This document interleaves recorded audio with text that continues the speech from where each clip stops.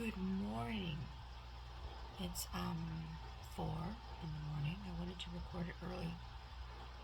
My brother's and his family is over at my house. They're actually sleeping in the guest room right now.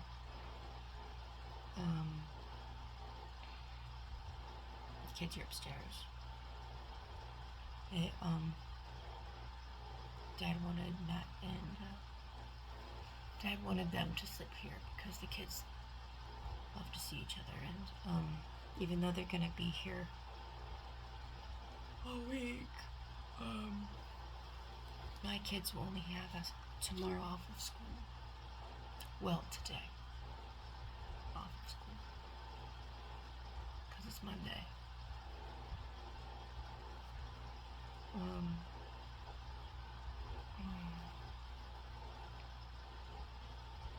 So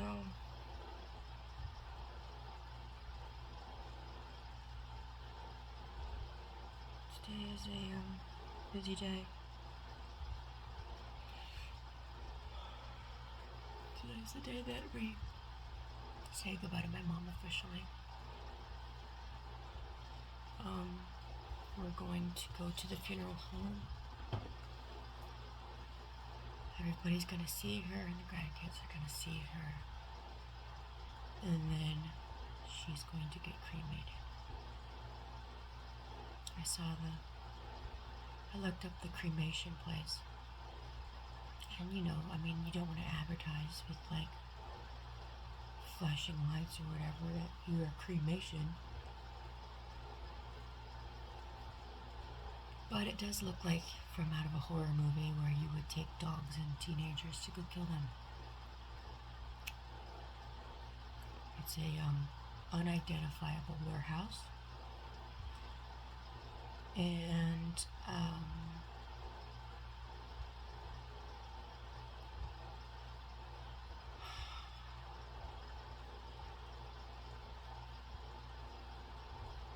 yeah.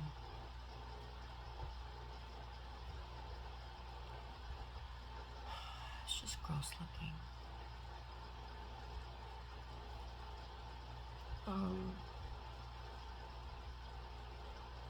Went to church yesterday. Sorry, it's 4 o'clock in the morning. So day 5. We're at 5. Yeah.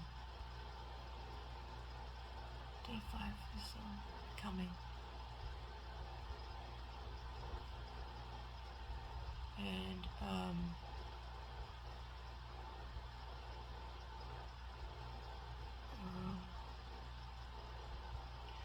went to church yesterday,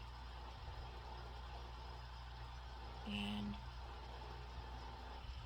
all these ladies are hugging me and telling me they're sorry. My dad doesn't know any of them.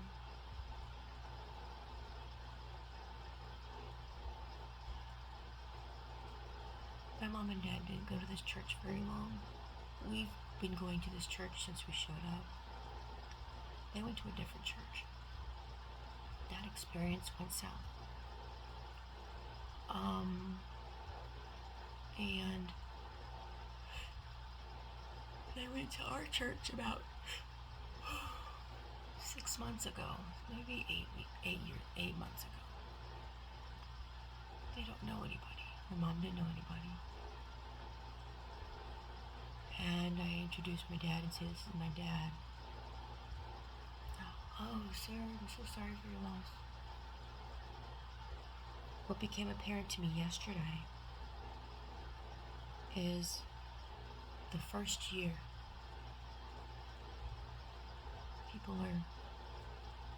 the first year is the hardest, it's the statement. And you have to go through all these firsts without this person. Well, I always thought it was like first Christmas, first birthday, their birthday, the anniversary, the actual days. What I realized is that all those firsts means that every day is a first without them. If I can tear up at home, but I'm not crying anymore because the firsts of my mom at my house I've done. Yesterday was church, and yesterday was the first service, first Sunday at church without her. Meaning, if we've gone anywhere, done anything, been anywhere with her in her whole life, that's a first you have to go through without her.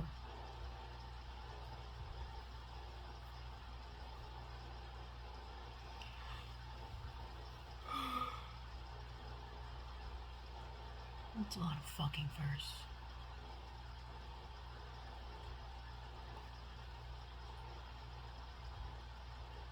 It's a lot of fucking firsts. We're not just talking Christmas and Easter, and we're talking everything. All of it. Going to a restaurant without her.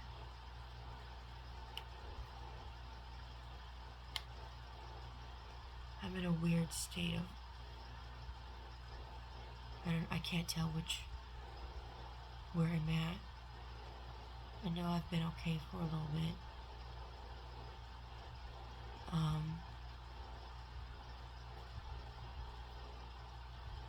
I'd imagine that we'll have some days where I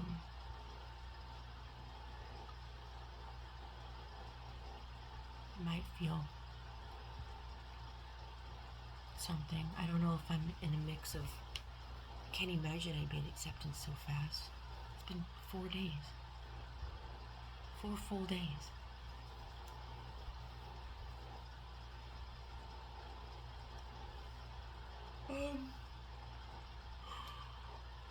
Acceptance is the other word that fits in the exact same time frame. It's called assimilation. We're not in assimilation yet. I'm not. That essentially means that you've found how your life functions without that person. Everything goes back to how it was previously with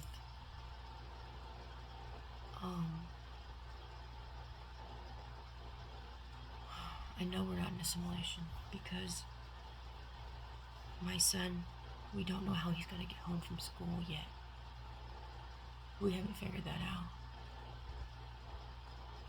There are pieces of our life that are still missing as a result of her death. We're not in assimilation.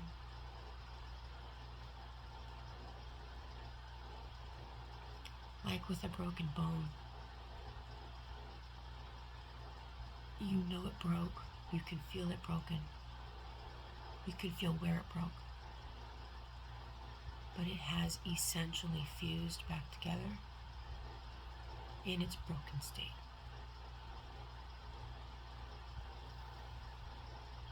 Nothing's fused for us, so I know I haven't reached that part yet. But I don't know if I'm not in denial. I don't cry much anymore. Wish I did.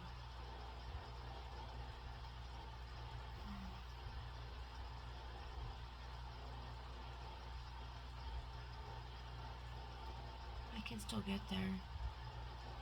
It just didn't come as easily as when I was first recording.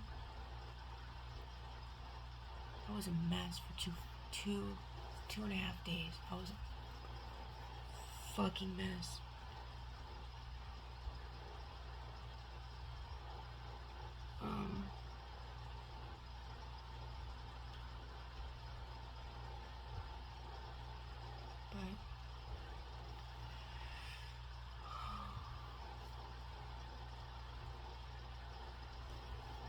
do pass by things that I didn't do with my mom that I wanted to do. And I always thought I'd have time to take her.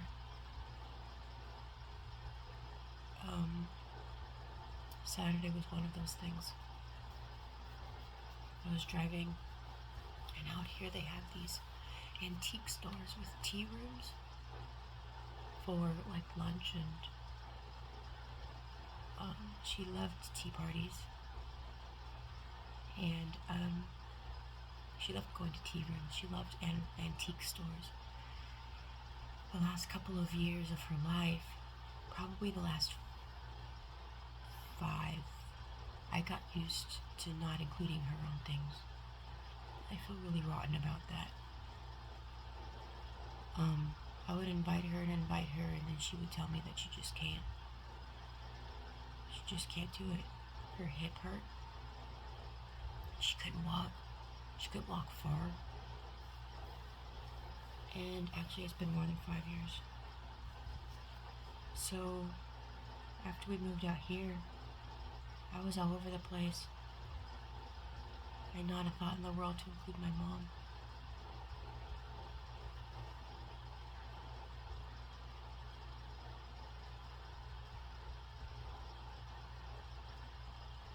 Living out here, I don't have a lot of firsts with her. Unfortunately, I really don't.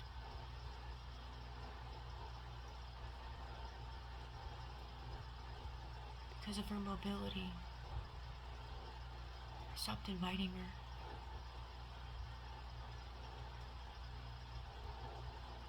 That was wrong of me. That was wrong.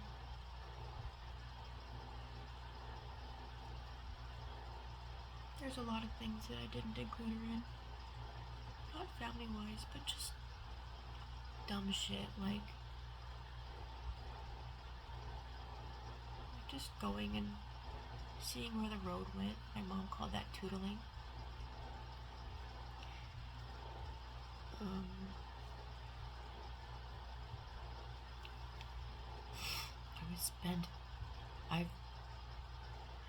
We live in a really big area now, in a new state, and there's a lot out here, and there's a lot of freeways.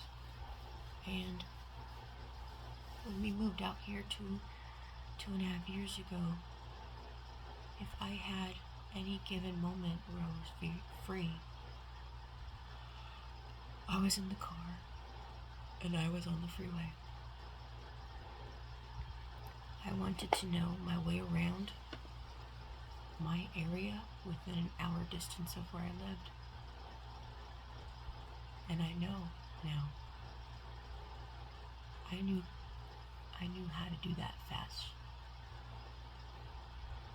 I didn't include my mom in any of that. If I was gonna get in the car and just head out or whatever I wanted to do, go see whatever I wanted to go do, no plan at all, I wouldn't include her. Wouldn't even call.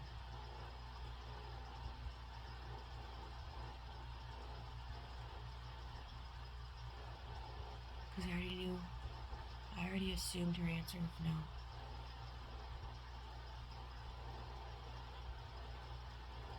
After she turned 70, 3 years ago,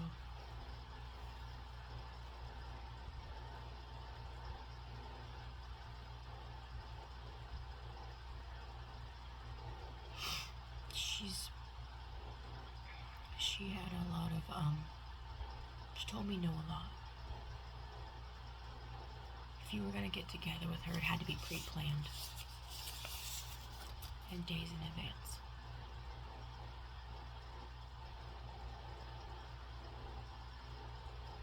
For her to, and I would very infrequently see her as a result. Because we don't live next door to each other, and I would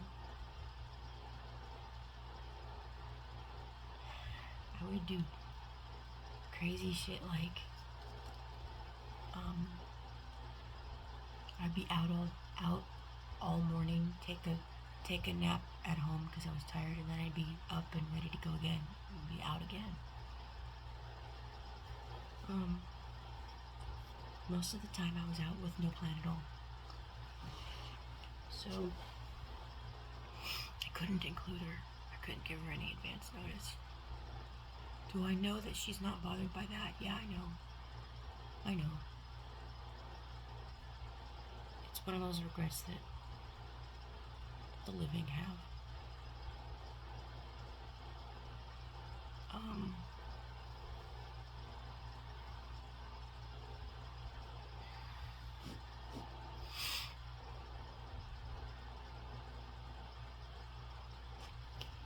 One of these days I am going to show you my office instead of just this view. This is all you see right now. I'm going to show you my plants. I'll do that in my next video. So, because I have a lot of plants. I figured out which plants I really like. I feel like a drug addict. With plants, meaning when I started getting into plants 2 years ago, I was excited by anything green in the grocery store. Always excited to take anything home. And since then, I have narrowed down my my plants, the ones that I like, the types of plants that I like. And the stuff in the grocery store doesn't impress me anymore. I'm not going to buy anything. I will go look. But I would have already known I either have it or I've had it. And it's kind of like tolerance where, you need more and more and more to get a better hit.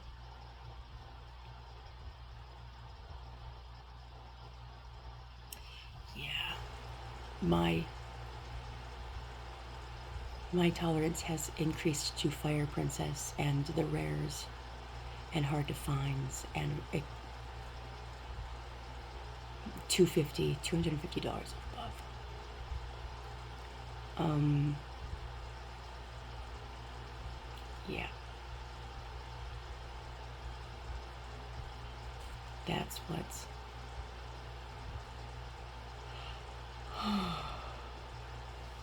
I like the hunt. I can't hunt them in the store. They don't carry those things in the store.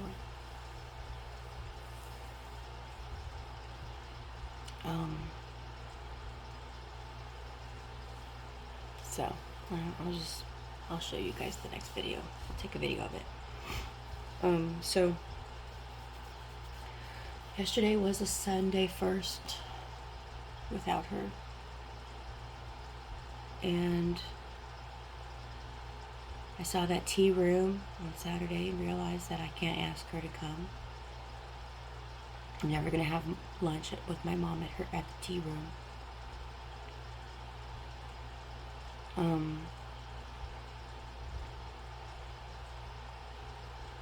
If I've been with her ever, anywhere, it's the first. It's another first. And that's the part that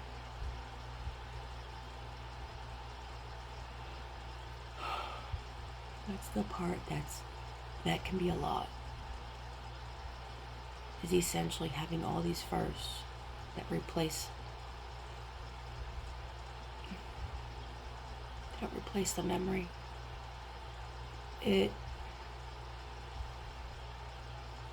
It moves time towards assimilation with that first. So my other brother's coming in town. He's gonna stay at my dad's house. Yesterday I helped clean out the parlor. You can see my mom all over that place. all over. Today I've got to run some errands for that parlor cleanup. It's about 80% done. My son and I, we have a pile to go through with my brothers.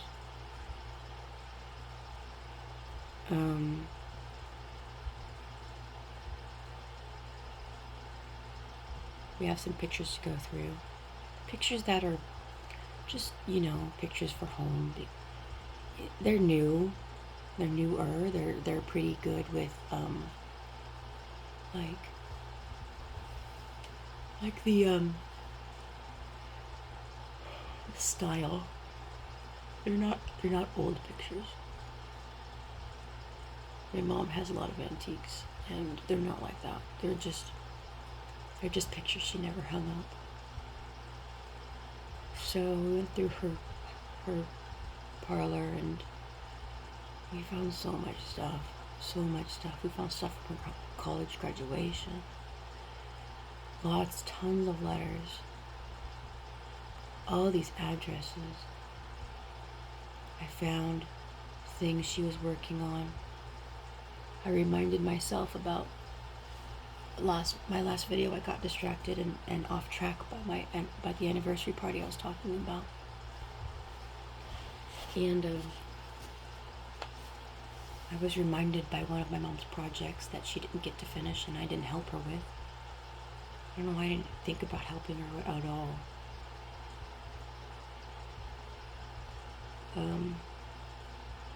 She wanted to do a funeral by mail. Her brother died on the day of the anniversary party, 9/14/24. He died on that day. I didn't go to his funeral. He didn't have a funeral. The family got together and had dinner at a restaurant. Your brother went, took pictures of the family, and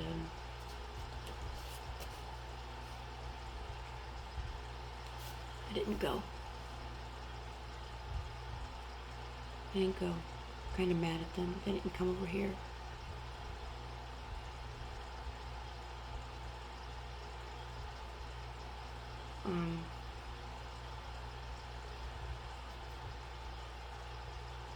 I still have to tell Facebook about her funeral date. Shoot, okay, that's today. But he died on their anniversary date. Probably about the time of the party. And she was working on, since he didn't have a funeral, she was working on like those little those little memorable booklets that come from funerals. And she was getting a picture and some things of him saying and things like that. And she never got those sent out. She never did. They were in there. They didn't help her with anything she was working on. Pretty much ever. I didn't even think to ask. She's always just been so capable.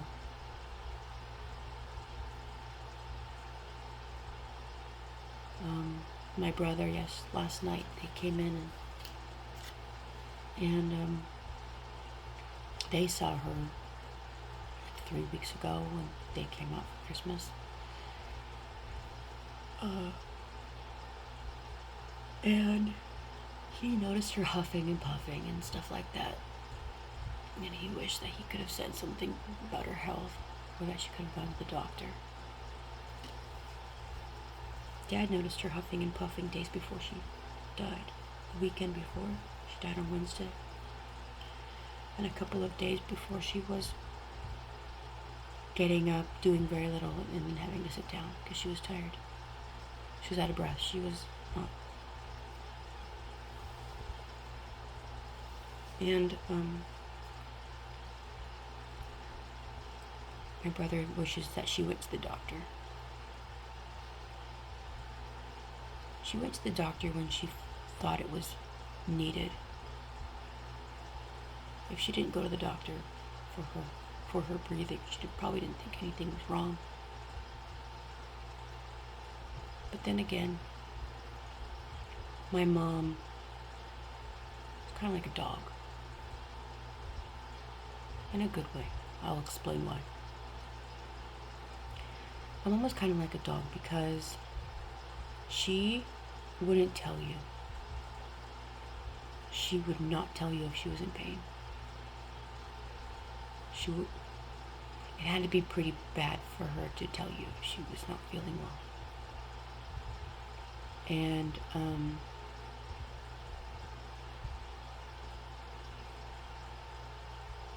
And dogs just, they keep going until they die.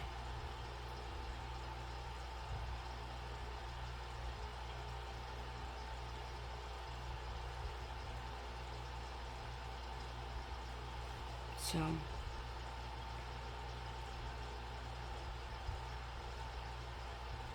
I didn't help her with any of her projects. I wasn't going to finish that project.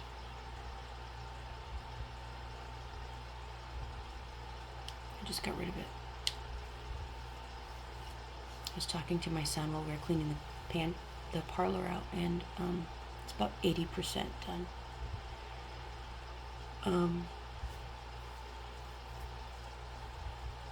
There was a lot of stuff in there. There was a lot. And I was talking to my son, and I said, I can hear Grammy all over the place in here going, I'm sorry it's so cluttered. Sorry it's so messy. She was really sentimental. She collected a lot of stuff just out of sentiment.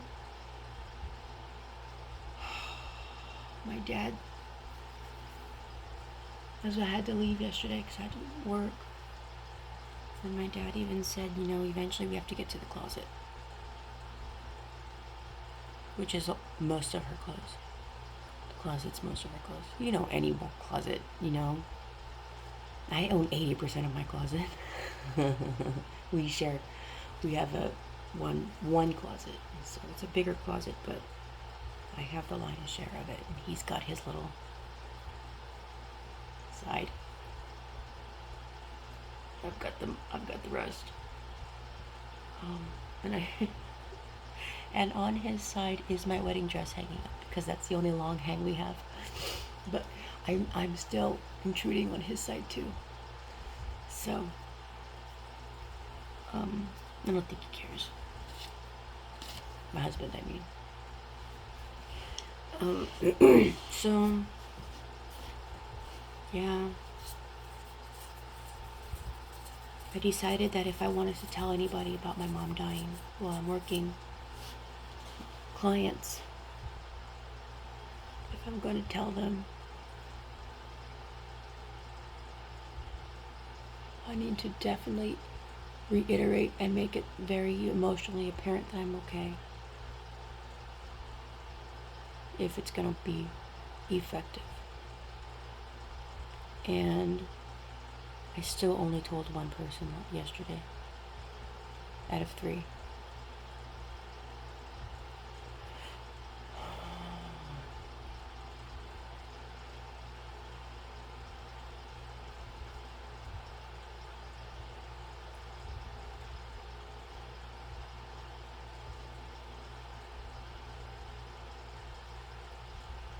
At this point in time, I feel like I can stop myself from feeling her death,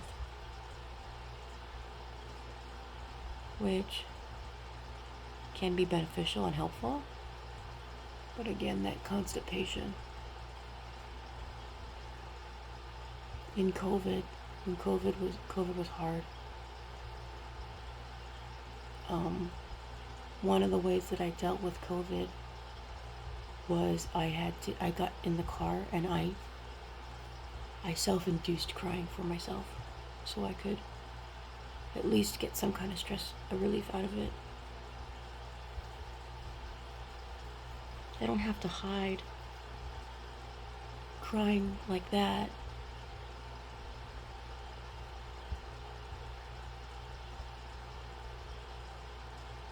I felt very alone in COVID. I'm not alone in this.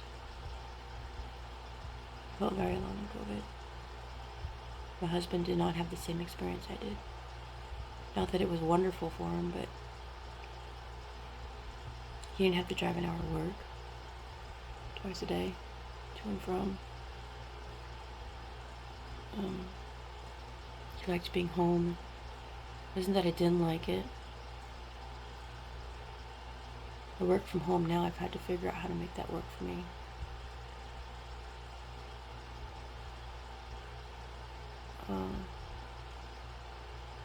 But all of what made me flourish was done. And I really do feel like COVID has changed my personality for the bitter. Not the better, the bitter, the jaded, the suspicious.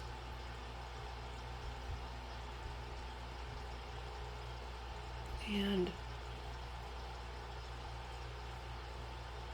moving out of California, I feel like I'm finding myself a little bit more of who I was, because there's freedom out here. There's not freedom. There's no freedom in California. You don't know how bad it is till you leave. You know it's bad. Anybody who's in California knows it's bad. But you don't know how bad.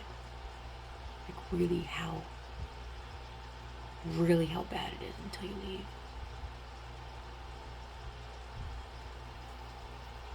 You can see it from a distance, like going, holy shit. It's bad. That's bad.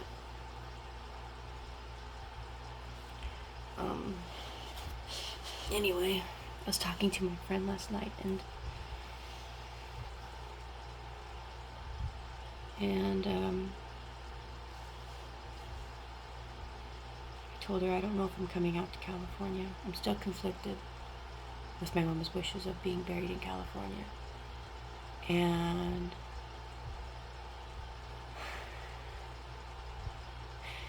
I said, my mom will be here. She goes, what do you mean? Your mom's going to be over there. She's going to be buried over there.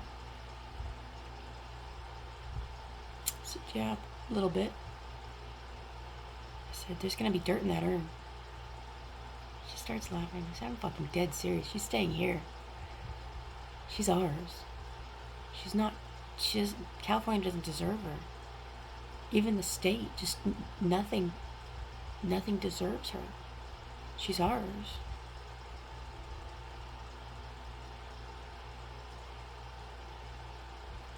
She is a complex person. The friend I was talking to knows I'm a pretty complex person, and she says that I must have some Mexican in me because I'm more hood than she is. What she doesn't realize is that I'm not the OG. I learned it from her. She's hood too. My mom can bring it. She learned from her mom. Long line of really strong women. Really strong women. And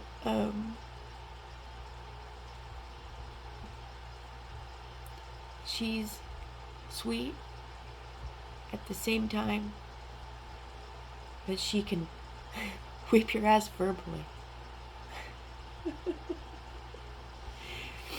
And damn it, I can't play the song for copyright reasons. But I can tell you where to go. And after church yesterday, I had my girls in the car, my two girls, and I'm teaching them how to be strong women who don't take bullshit, and who cuss, who enunciate like a fucking lady. And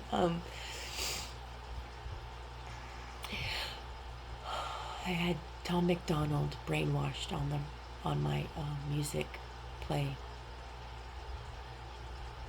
and I said, "This is Grammy. There was a part of Grammy that was suspicious of the government, conspiracy theorist.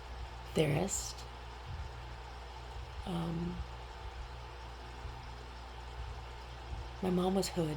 She just didn't cuss like I do. My mom was hood though, and she would throw a shoe at you. My childhood included flying objects while she's driving, because she also had 3 kids in a very short period of time. And she had 3 kids in 5 years, I think.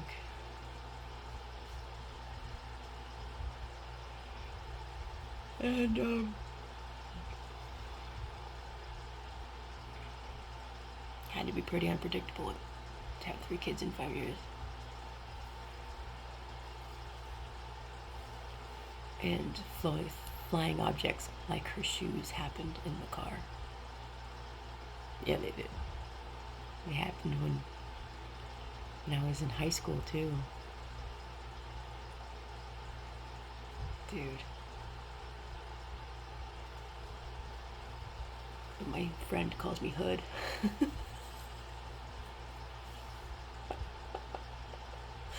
I'm pretty hood. She's like, you're crazy. I get it from my mom. So in memory of her, I want you to listen to Tom McDonald, Brainwashed. Because that's what she felt was going on with the government. She had a lot of understanding of how the government was treating people. I do too. And she would take it and be bothered by it. I would take it and then realize that what they're actually doing is killing their constituents, so it didn't bother me. Told her that too. Said it doesn't matter, because the people that believe them are dying. And I'm not voting for them. Not like they need a vote, but we don't get into that. I'm not going there. This isn't about them. This is about her. So, listen to that song. And I listened to that song with my daughters, and I said, this is Grammy. This is Grammy. She always put all of her faith in Jesus, none of her faith in man. And she lived her life like that. I wish I could play it at the funeral, but Tom McDonald is rough around the edges. But that's my funeral of my mom. My hood, OG, gangsta mom.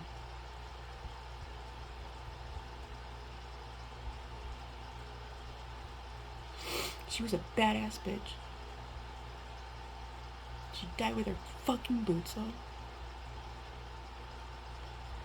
And I love her for it. She's the best.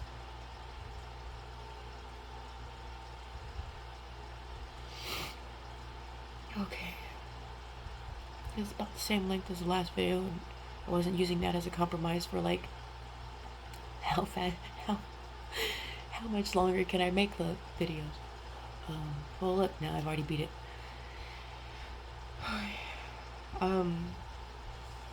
Day 5.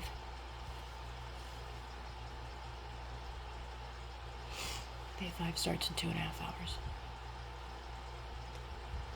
So, I'll talk to you later. And I will show you my next video. Promise. If I'm going to live life with no more thinking it'll happen eventually, I have to do it. So my next video is going to be my plants. And I'm going to walk you around my office, show you my plants, give you their names. Super boring if you want to avoid that video because you don't care. That's all right. Okay.